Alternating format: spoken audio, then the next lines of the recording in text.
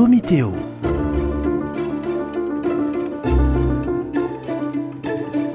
Domiteo, un dialogue théologique avec les dominicains de Toulouse. Bonjour frère Edouard. Bonjour frère Louis. Nous abordons le sujet des charismes, thème souvent abordé dans nos médias, enfin dans les médias chrétiens.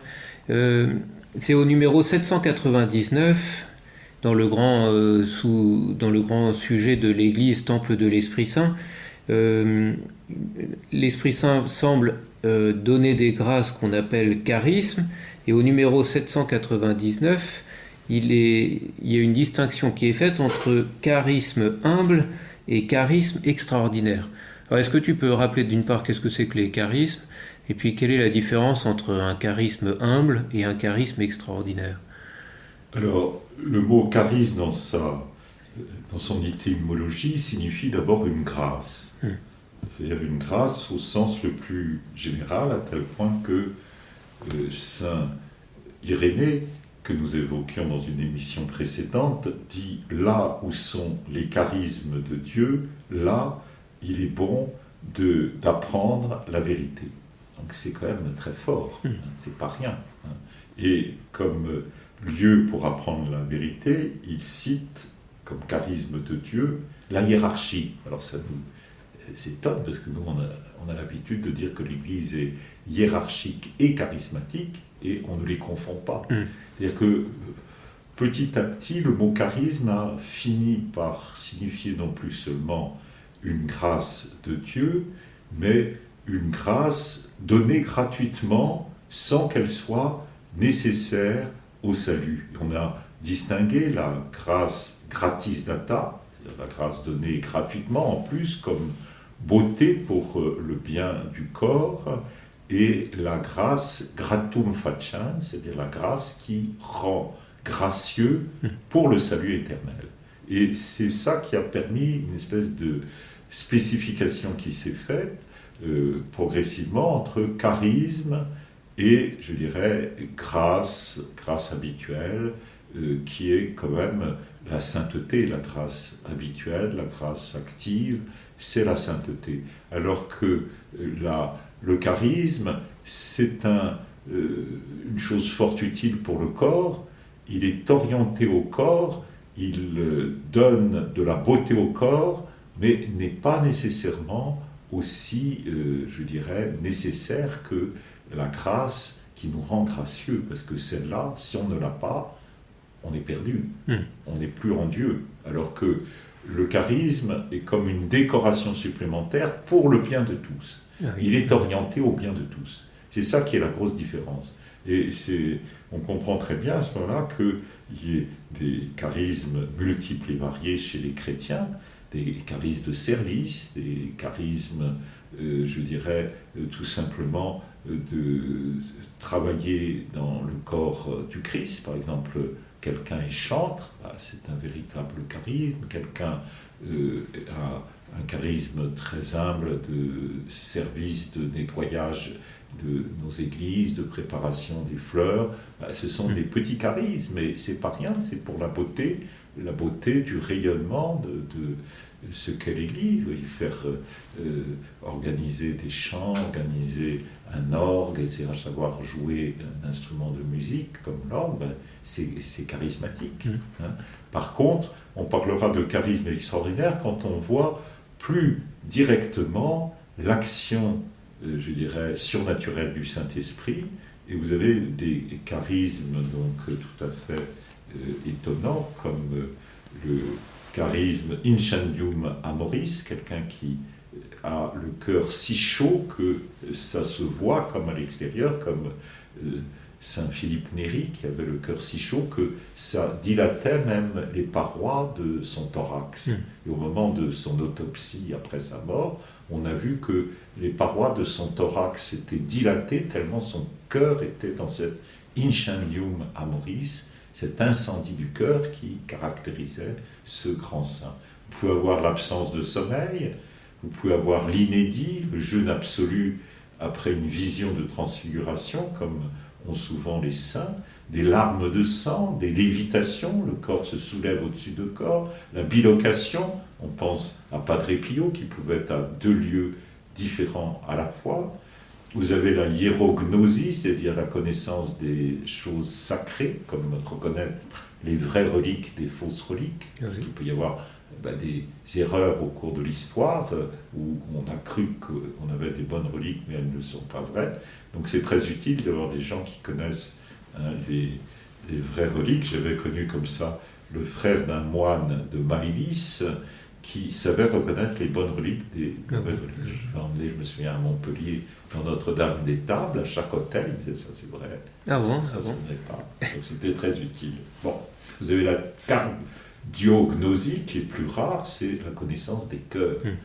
Certains saints, comme notre Seigneur Jésus lui-même, avait la connaissance des cœurs. C'est quelque chose qui est très élevé. On pense à nos maîtres de l'ordre à l'époque de Saint Pie qui avait ce charisme et qui pouvait dire à quelqu'un, mademoiselle, faites bien attention car je crois que le Seigneur vous appelle à devenir Clarisse par exemple, et ça se réalisait.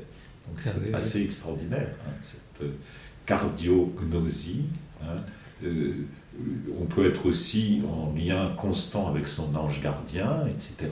Et puis on a la liste de tous ces charismes que saint Paul donne quand il parle au chapitre 12 de la première épître aux Corinthiens de la diversité des dons spirituels, diversité de ministères, diversité d'opérations, mais dit-il, à chaque fois c'est le même esprit.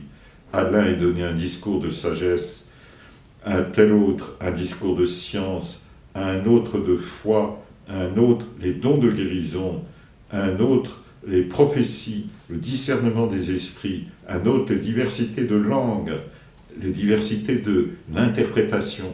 Mais tout cela, dit saint Paul, c'est l'unique et même esprit qui opère, distribuant ses dons à chacun, en particulier comme il l'entend. C'est très beau, 1 Corinthiens 12. Oui, donc beaucoup de sortes de charismes. Et est-ce que tout le monde reçoit-il des charismes? Est-ce qu'on peut être sûr que chacun, que ce soit extraordinaire ou ordinaire, humble, mais est-ce que tous on peut essayer de chercher, trouver quel est le charisme qu'on a reçu? Ou est-ce que c'est vraiment en fonction de la bonne volonté de l'Esprit Saint, et il peut ne pas donner de charisme à certaines personnes? Oui, bien sûr, et il peut y avoir seulement la grâce gratum faciens qui à elle seule suffit, puisque le fait de l'avoir suffit pour être sauvé. Donc on n'a pas besoin, je dirais, nécessairement d'avoir un charisme, mais c'est vrai que les charismes nous unissent les uns et aux autres, et le pape Saint Jean-Paul II disait: de par leur nature, les charismes sont communicatifs et engendrent une affinité spirituelle particulière entre de nombreuses personnes. Par exemple, certains auront le charisme d'appartenir à cette grande famille des dominicains. On se sent en esprit de famille. D'autres carmélites, d'autres seront franciscains, etc. D'autres bénédictins. Il y a des familles spirituelles et il y a un ressenti qu'on appartient à la famille. Et c'est de l'ordre du discernement. Ça ne se fait pas du premier coup. Il y a des étapes justement pour sentir. Un futur dominicain, on lui demande de rentrer dans un noviciat pour vérifier. Après, si ça se passe bien, il peut prendre l'habit. Après, si on voit qu'il se maintient dans cette affinité pendant 1 an, il va prendre les premiers vœux, puis des vœux définitifs au bout de quelques années. Bref, il y a tout un itinéraire pour que cette affinité soit vérifiée, non seulement dans le cœur de celui qui demande à rentrer dans un ordre, mais en même temps que son entourage puisse certifier en disant « si, il est bien de notre famille ». Il a cette affinité qui s'est inscrite dans son cœur. On peut dire qu'il a le charisme dominicain. Ah oui. Justement, c'est une question importante, c'est parce que certaines personnes pensent avoir un charisme et vont arriver dans une église ou dans une ville en disant « écoutez-moi, j'ai un charisme ». Comment reconnaître si un charisme est authentique? comment faire pour que cette personne ne se fourvoie pas en pensant qu'elle est habitée par l'Esprit Saint, et comment faire pour que d'autres non plus ne se fourvoient pas en disant il faut l'écouter, c'est elle qui parle au nom de l'Esprit Saint. Comment faire pour qu'il n'y ait pas d'erreur? Alors je crois que le 800 et le 800 du catéchisme que nous sommes en train d'étudier répond bien à cette question. Les charismes sont à accueillir avec reconnaissance par celui qui les reçoit, mais aussi par tous les membres de l'Église. Et ce tous les membres est important parce que c'est eux qui vont aider à, dans le fond, discerner si c'est vraiment un vrai charisme ou pas. Ils sont en effet une merveilleuse richesse de grâce pour la vitalité apostolique et pour la sainteté de tout le corps du Christ, pourvu cependant qu'il s'agisse de dons qui proviennent véritablement de l'Esprit Saint et qu'ils soient exercés de façon pleinement conforme aux impulsions authentiques de ce même esprit, c'est-à-dire selon la charité, vraie mesure des charismes. Et j'ajouterais, selon l'humilité, et que si quelqu'un dit coucou, moi j'ai plein de charisme et je suis super charismatique, etc., je commencerai tout de suite à avoir quelques doutes sur la vérité de ce charisme, parce que charité et humilité vont de pair, comme dit saint Augustin, et l'un rime avec l'autre. Et le deuxième paragraphe, 801, c'est dans ce sens qu'apparaît toujours nécessaire le discernement des charismes. Aucun charisme ne dispense de la référence et de la soumission au pasteur de l'Église. Voilà un bon critère, la soumission à l'autorité. C'est à eux qu'il convient spécialement non pas d'éteindre l'esprit, mais de tout éprouver pour retenir ce qui est bon. Un jour, comme ça, il y avait saint Joseph Cupertino qui était en lévitation, et le pape le voit en lévitation, il dit « Au nom de l'obéissance, Joseph, je vous demande de redescendre. » Il est redescendu aussi net de sa lévitation, et le pape a dit « Ça va, c'est un bon charisme. » C'est un bon charisme, oui. Merci frère Edouard. À bientôt, au revoir.